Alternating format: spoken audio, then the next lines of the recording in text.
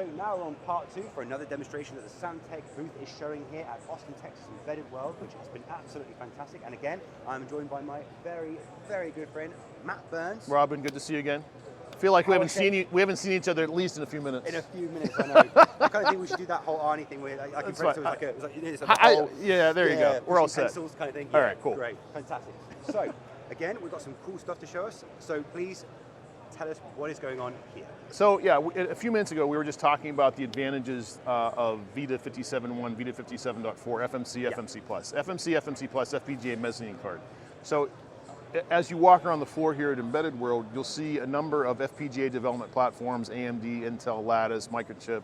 I'm missing other FPGA providers, my apologies. Just to be clear, that's these connectors here, isn't it? Correct, Yeah, correct. Right. So FMC was originally developed in 2010. 10 by 40 FMC connector. It's been a while. Supports, when you think about the FPGAs at the time, they had high-speed MGT multi-gigabit transceivers, maybe 8 to 16. Yeah. All right. You look at FPGAs today. When you look at the multi-gigabit transceiver count, literally hundreds on some of the biggest chips. So the VITA ecosystem realized that there was a need to update VITA FMC to something that had more channel count. Right. So VITA 57.4 was created or launched onto the market, I say 2017, 2018, probably about 4 or 5 6 years ago. And it did exactly that. We went from a 400-pin connector to a 560-pin connector, kept the pin out on the 400 pins the same, but with the additional 160 pins, we went from 10 transceivers up to all the way up to 24 transceivers. God, that's a lot. It's a lot of throughput. So on I'm single... guessing these transceivers are all differential. Yeah, high-speed differential. This is a 56 gigabit per second connector, so you can get it up to 24 channels, 56 gigabit. That's like what, 2 terabit per second aggregate throughput, if I'm doing the math right in my head. That would be oh goodness. Over a terabit per second. Oh, that's right. Stupid. That's stupid. Yeah, it is. That's a lot of throughput. It is, but that's okay. But that's where the industry's going. But that's what you need, because if you're doing, because as time progresses, the amount of data that we're producing is greater, and more importantly, when we want to test new hardware in simulation through FPGAs, we need to be able to get as close to that final product as possible. So you need that transfer rate. Yeah, and when you think about the applications of FPGA SerDes, you're talking about high-speed A to Ds and D to As, from Analog Devices, TI, other providers. You're talking about high-speed communications, optics, putting fiber optics literally right outside the FPGA. And by using the VITA 57.4, the VITA 57.1 or VITA 57.4 expansion port on these FPGA development kits, it allows for rapid prototyping, easily develop the system. It quickens time to market, prototype to production. There's a half dozen or more FPGA providers. There's dozens of FMC, FMC Plus module providers. There's literally hundreds, if not thousands, of FMC, FMC Plus modules on the market. So any OEM that's looking at FPGA, RFSoC, SoC technologies that uses FMC, FMC Plus as an expansion port literally can build anything quickly by buying 2 or 3 pieces. So in this demonstration here, what you're showing off is the connector between this main board here, and then you've got what looks like some kind of... What's actually going on here in terms of this second attachment? Yeah, no, great. So what we're demonstrating here is one of the latest FPGA development platforms from our partners at Aero. Right. Aero's worked with the partners. You can see the images on the Axie 5 Eagle board. Intel Agilex FPGA, Samtec Interconnect, some other interconnect company I'm not going to name. Analog Devices, Skyworks, Micron, and the like. We'll have to blur that bit out. No, that's okay. They give them credit. They participated in the project too. We just don't need to name them. Anyway, so the Intel Agilex Axie 5 Eagle board is designed to demonstrate the capabilities of the Agilex 5 chipset from Intel.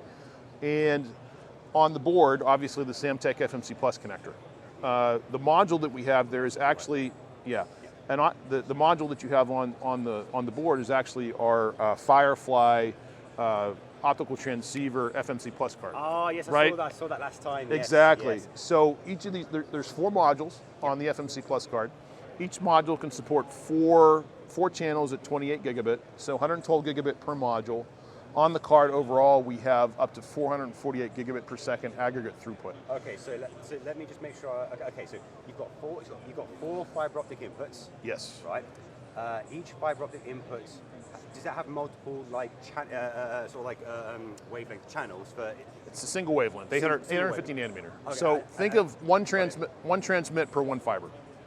Perfect, right. Yeah. Okay, so and each one of those is, sorry, what's the speed of each one of those, sorry? So 4 channels per module, 28 gigabit per second per channel, 112 gigabit per module, times 4 modules gives you 448 gigabit per second aggregate throughput through the FMC Plus connector as well as the FireFly Optical transceivers. That's fantastic. Now we're just showing a loop back here because we didn't bring the extra cable, but you could put up to 150 meters of fiber optics. But that's the whole point, and that's what we demonstrated. So it's really interesting to see these connectors being used in a prototyping sort of use case. But another question I'd have is that something you can also use in a production environment? So let's say you wanted to make a board where you've got like a changeability for future upgrades. You can, and a good example of that is the VPX ecosystem, rugged computing for mil-aero applications. Right. VPX platforms actually do use FMC Plus connectors for I/O expansion. While Samtec targets FPGA development tools for FMC Plus, there are any number of companies out there that make production grade FMC Plus modules exactly for the use case that you mentioned. So someone wants an analog input output, that's available. They want a digital input output, that's available. They want an optical input output, they want RF. The whole ecosystem production grade FMC Plus modules is growing because of flexibility, scalability within the end market. So yeah, you're spot on in your observation. And so it implies to me that if I'm looking for a production end sort of solution, maybe something like the common HPC might be a better solution in terms of production. It depends on the application. VPX, if you walk around the floor here at Embedded World, the VPX modules you see are they're remote, they're rugged, they're extensive shock and vibe type applications. They're going into mil-aero. So if you're on an airplane, right? CommHPC is designed for AI at the edge. So it's going into going into a data center manufacturing floor. So it's different applications. But this connector will be more than suitable for, let's say, like a production environment that's not like a consumer. Yeah. Oh, that's great. Yeah. So I could, for example, see that in a cellular system whereby we're upgrading from 5G to 6G. We don't want to change the base infrastructure. We can change the compute module. That connector would be a fantastic choice. Or that family. The Vita connectors are part of our C-Ray family of connectors. We've been making C-Ray for 20 years. It goes in a number of applications. So the high-speed performance, the flexibility, the pin count, the open pin field array of C-Ray makes it ideally suitable not only for Vita 57.1, Vita 57.4, but a number of industrial applications like you mentioned. Yes. So these connectors, are they also suitable for things like RF and analog as well as digital? Yes.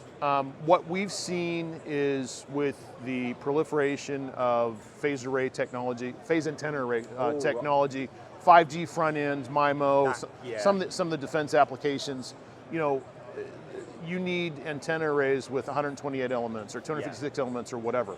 That's a lot of SMA connectors. Yes. If you build something, it's big, it's bulky, it's expensive.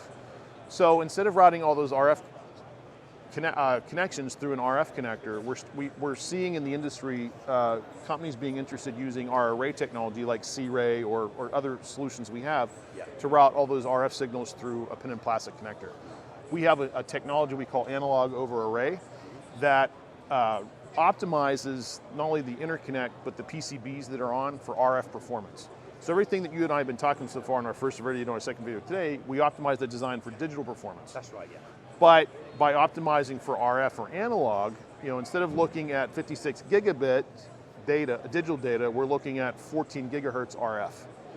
And by optimizing the breakout, by optimizing the PCB material, by optimizing the PCB design, you can get the isolation, the crosstalk down to 65 to 70 dB at the frequency range.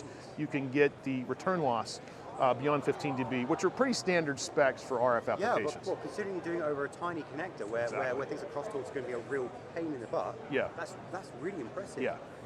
So let's say you're an engineer who's looking to sort of like design like a cellular system, or let's say like a phase array system. Is that something that you guys could actually get involved with and help them design the PCB routing? Exactly. Yeah, we have reference designs for 6 of our interconnect families targeted specifically for those analog over array or RF over array technologies. We have information on our website. We actually have evaluation kits for those type of applications. We don't have them here at the show, but those are available. They're available. They're available on our website, samtec.com/kits.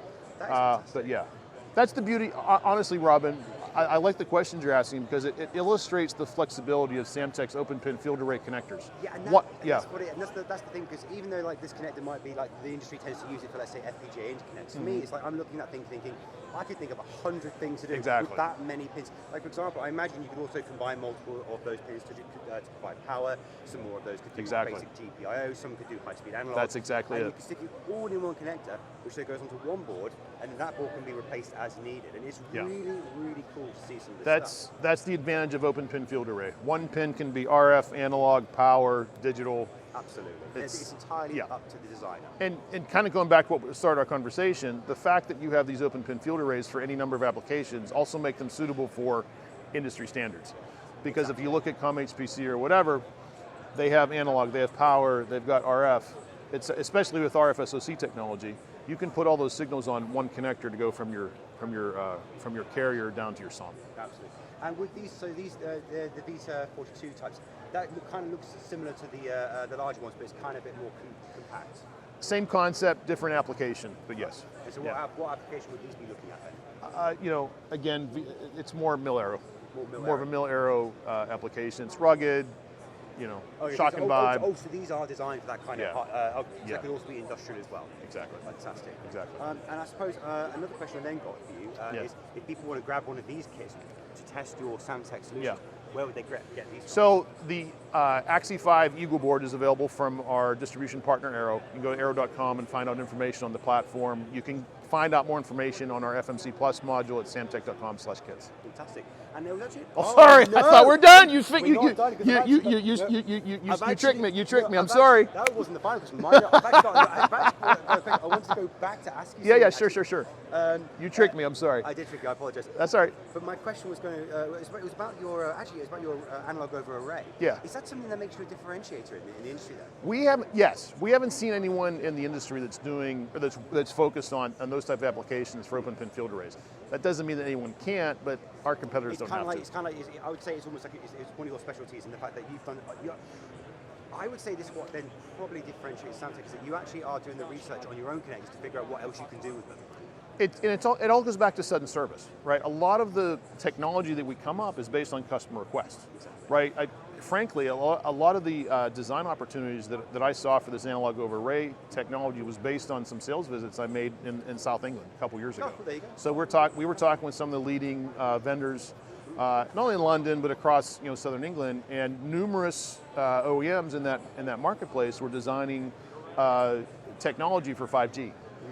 Whether it was a base station or something for Open RAN, and they were using our open pin field arrays for RF power, analog, digital. I'm like, we need to do some more work on that. Because the questions they were asking us were like, oh yeah, we can answer that, but we need to formalize it. Exactly. So analog over array is just one example. Kind of goes back to what we were talking about earlier about sudden service. Yeah. Understanding what our customers need, working with them to develop a solution, and then making it available not only to them, but to the industry to solve problems. Fantastic. So, my last question now, and yes, this is the final question, so don't you worry about Fair that. enough, no worries. For those watching this video, if they want to get involved with the new solutions that you guys are providing and grabbing one of these boards, what would you recommend that they do? Visit our website, samtec.com/kits, or email us at kitsandboards@samtec.com, and we can get you answers to any of the questions about our kits, our industry standard cards, or any of our interconnects. Fantastic. Thank you so much for taking the time to see No us problem, today. Robin. Good to see you again. You too. No worries. He really sold you down the river. He did, man. That's all right. That's all right. It's always high energy talk with you guys. I thought about it. Oh, I had a question about that. I was about to come back to it. You're already ready to into the video. I didn't mean to do that. That's all right.